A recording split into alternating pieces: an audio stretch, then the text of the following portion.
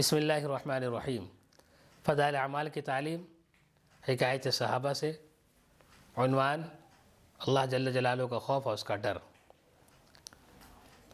8واں واقعہ، تبوک کے سفر میں قوم ثمود کی بستی پر گزر۔ غزوہ تبوک مشہور غزوہ ہے اور نبی اکرم صلی اللہ علیہ وسلم کا آخری غزوہ ہے۔ حضور اقدس صلی اللہ علیہ وسلم کو اطلاع ملی کہ روم کا بادشاہ مدینہ منورہ پر حملہ کرنے کا ارادہ کر رہا ہے اور بہت بڑا لشکر لے کر شام کے راستے سے مدینہ کو آ رہا ہے۔ اس خبر پر 5 رجب سن 9 ہجری پنج شنبہ کو نبی کریم صلی اللہ علیہ وسلم اس کے مقابلے کے لیے مدینہ طیبہ سے روانہ ہو گئے۔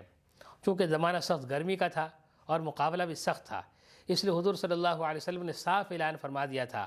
کہ روم کے بادشاہ سے مقابلے کے لیے چلنا ہے، تیاری کر لی جائے، اور حضور صلی اللہ علیہ وسلم نے خود اس کے لیے چندہ فرمانا شروع کیا۔ یہی لڑائی ہے جس میں ابوبکر صدیق رضی اللہ تعالیٰ عنہ نے گھر کا سارا سامان لے آئے، اور جب ان سے پوچھا کہ گھر والوں کے لیے کیا چھوڑا ہے تو فرمایا ان کے لیے اللہ اس کے رسول کو چھوڑایا ہوں۔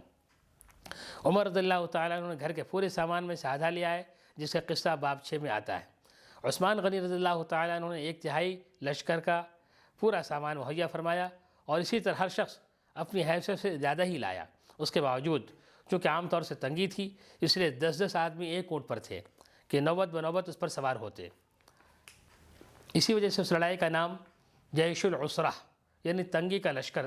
بھی تھا۔ یہ لڑائی نہایت سخت تھی کہ سفر بھی دور کا تھا اور موسم بھی اس قدر سخت کہ گرمی کی انتہا نہ تھی، اور اس کے ساتھ ہی مدینہ طیبہ میں کھجور کے پکنے کا زمانہ زوروں پر تھا کہ سارے باغ بالکل پک چکے تھے، اور کھجوری پر مدینہ طیبہ والوں کی زندگی کا زیادہ دار و مدار تھا کہ سال بھر کی روزی کے جمع کرنے کا گویا یہی زمانہ تھا۔ ان حالات میں یہ وقت مسلمانوں کے لیے نہایت سخت امتحان کا تھا کہ ادھر اللہ کا خوف، حضور صلی اللہ علیہ وسلم کا ارشاد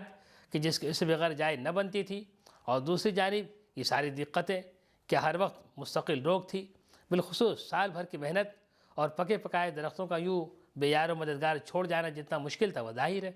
مگر اس سب کے باوجود اللہ کا خوف ان حضرات پر غالب تھا۔ اس لیے بجز منافقین اور معذورین